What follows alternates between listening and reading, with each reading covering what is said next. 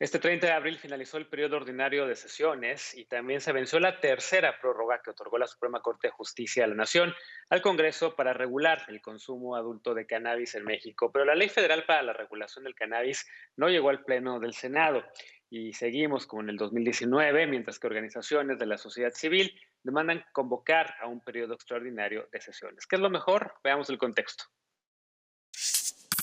El periodo ordinario de sesiones terminó sin que el Congreso aprobara la regulación del consumo adulto de cannabis en México. El pasado 30 de abril venció el plazo fijado por la Suprema Corte de Justicia de la Nación para hacerlo.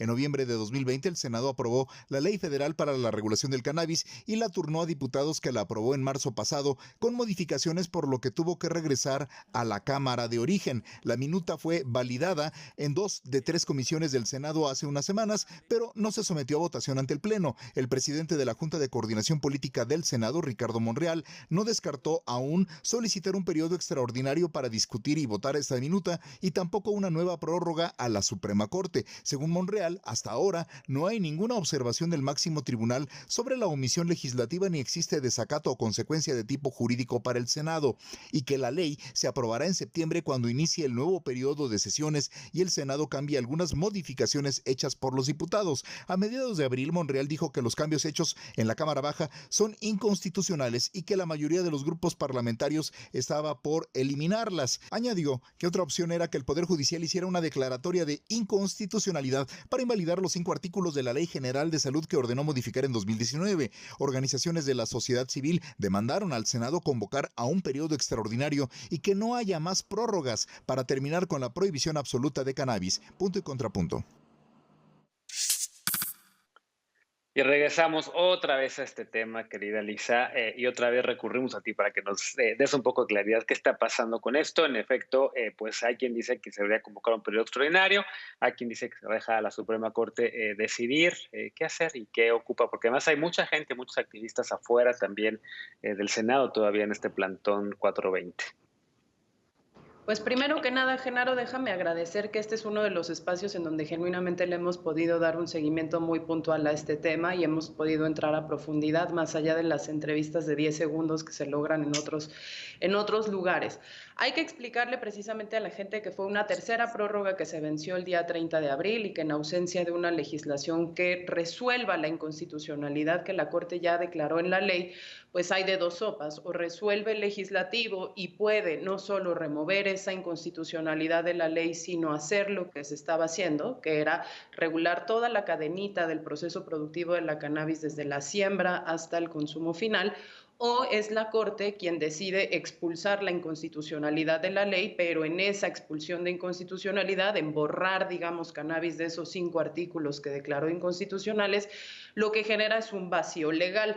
Ya no va a estar prohibido, pero no sabemos cómo sí va a estar permitido, y en ese sentido, pues el riesgo que se corre es que más bien quede todo permitido, no haya necesariamente controles, no se estén instaurando ciertos procesos de control de calidad para lo que se consume, no haya realmente certeza jurídica para quien vaya a consumir sobre si lo que está haciendo puede o no ser sancionado y de qué manera. Ahora, cuando nosotros decimos, bien, ya se les pasó la prórroga, el tiempo, la fecha límite, y no pidieron otra prórroga, lo que tocaría es convocar a un periodo extraordinario, lo decimos porque, justo como decía Lecona, hay que leer las sentencias, y cuando la Corte logra establecer las famosas 9 tesis jurisprudenciales que hicieron esta orden al legislativo de legislar y expulsar esa inconstitucionalidad de la ley, la propia Corte se fijó plazos y entonces dijo: de no hacerse y de no cumplirse esto en la fecha límite establecidas, tendremos 10 días hábiles para elaborar un proyecto de declaratoria general de inconstitucional y 10 días hábiles para que se lleve a cabo la sesión en donde esto se pueda votar.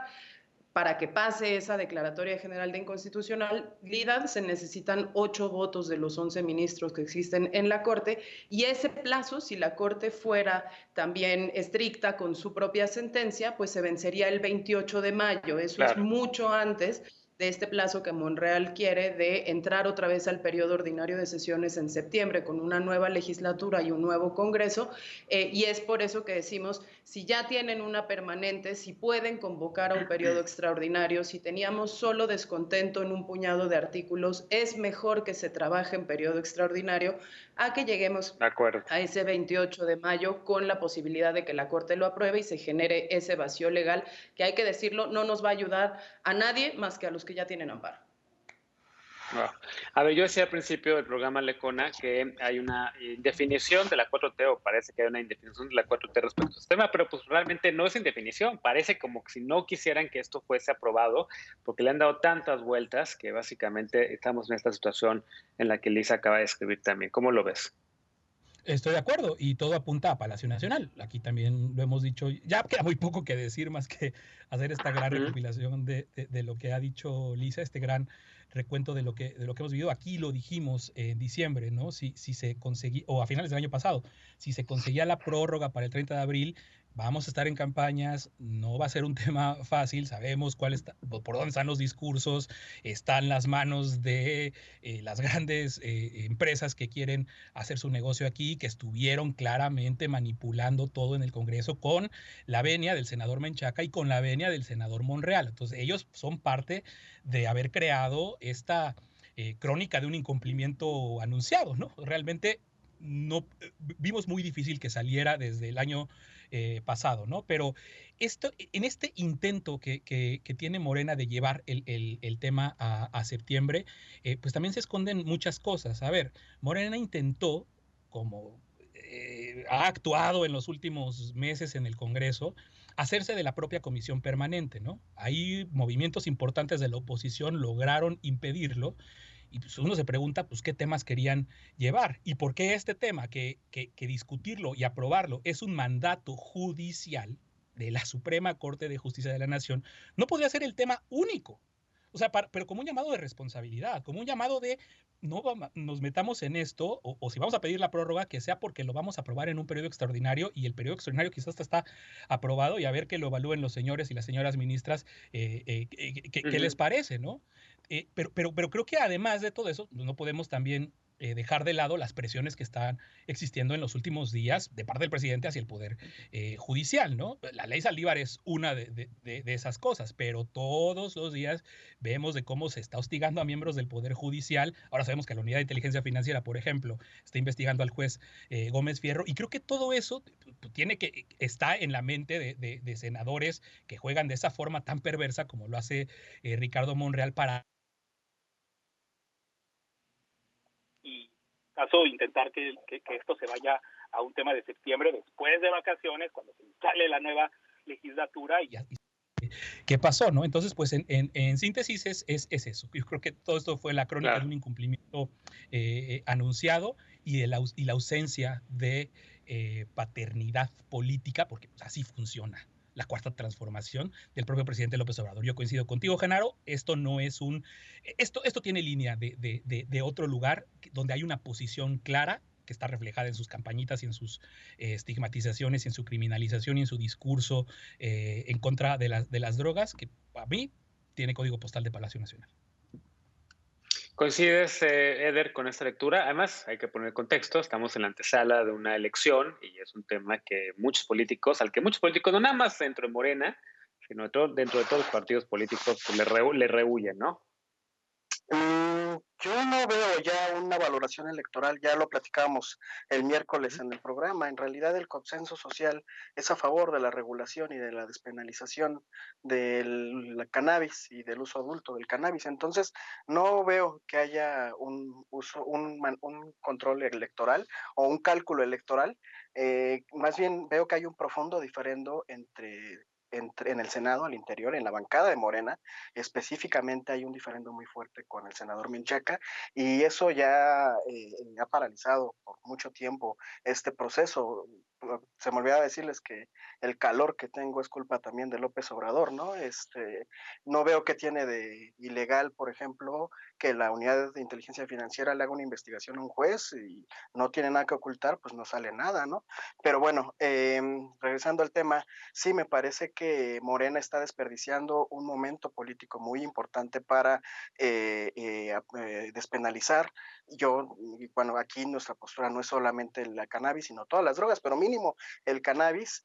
Creo que no han sabido resolver esta diferendo y las presiones de grandes corporaciones que están ahí como queriendo tener una legislación a modo, y eso está entreteniendo muchísimo. Lástima, porque yo creo que así como quedó en la Cámara de Diputados, que era una legislación muy perfectible, pero sí nos permitía ya avanzar con una base muy concreta, y que se haya desechado de esta manera es un desperdicio de tiempo político y de capital político. A ver qué sucede ahora con el periodo extraordinario, aunque me da la impresión de que más bien ya quieren dejarlo todo en manos de la Suprema Corte para que allá marquen una hoja de ruta.